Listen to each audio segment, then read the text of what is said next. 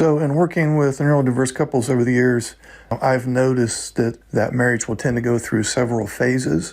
And I'm speaking in generalities here, but for the most part, this is what I witness pretty much in this order. The first phase I call the masking phase.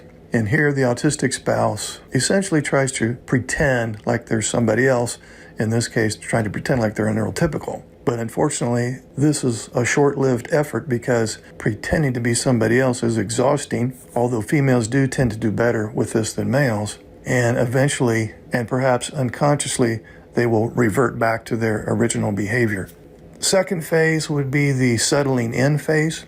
And here is where the autistic spouse, either by virtue of exhaustion through trying to mask for several months, or the autistic spouse just feels comfortable in the relationship now, no longer seems to feel a need to mask. He or she settles in and feels comfortable in the relationship and becomes their true self. The next phase I call the confusion phase. I call it that because in this phase, the NT spouse is confused. It's like, wait a minute, we had give and take in conversation, we had affection, we spent time together.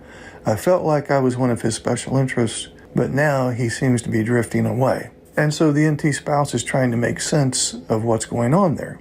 Now, the ASD spouse, during this phase, does not realize that he's slowly detaching. He's just reverting back to his original special interest, which is usually involved with completing tasks of a non-social nature. And so he's not having the thought, I'm trying to distance myself from my NT wife, but in essence, that's what's happening. And it does confuse the NT wife. The next phase I call the confrontation phase, and this is where the NT spouse confronts the autistic spouse with anger, frustration, attempting to take corrective measures, all in an effort to get the autistic spouse to reconnect, rebond, to reestablish some emotional reciprocity. The next phase I call the frustration phase, because on one end, the NT spouse is getting very frustrated with the fact that she's not able to change her autistic spouse's behavior, but then the autistic spouse is also frustrated because he's not exactly sure what he's doing wrong, and he feels like there's nothing he can do to make her happy, and whatever he does doesn't work, and so both parties are frustrated.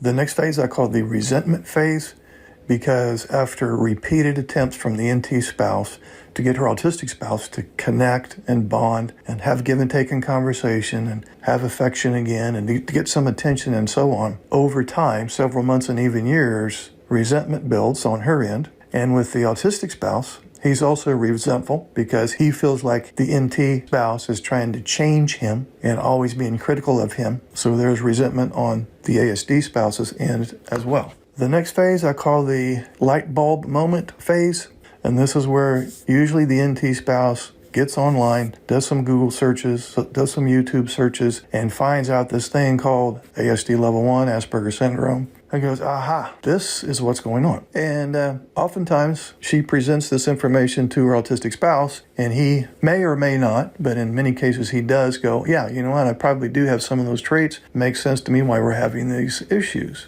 However, sometimes the autistic spouse refuses to look at this or to seek any kind of counseling when the autistic spouse is dogmatic about not looking into the possibility of being on the autism spectrum, then that marriage is pretty much stuck right there at that point. If they move forward, the next phase I call the education phase, and this is where, in an ideal world, both the NT wife and the ASD husband, or the reverse is true as well, could be the ASD wife and the NT husband, are educating themselves about the traits of the disorder and why it has caused so many problems in the marriage. The next phase I call the therapeutic phase, and this is where they reach out for outside assistance, preferably from a counselor who has some expertise in ASD, online or off, as long as they have some expertise in ASD in the context of a neurodiverse marriage.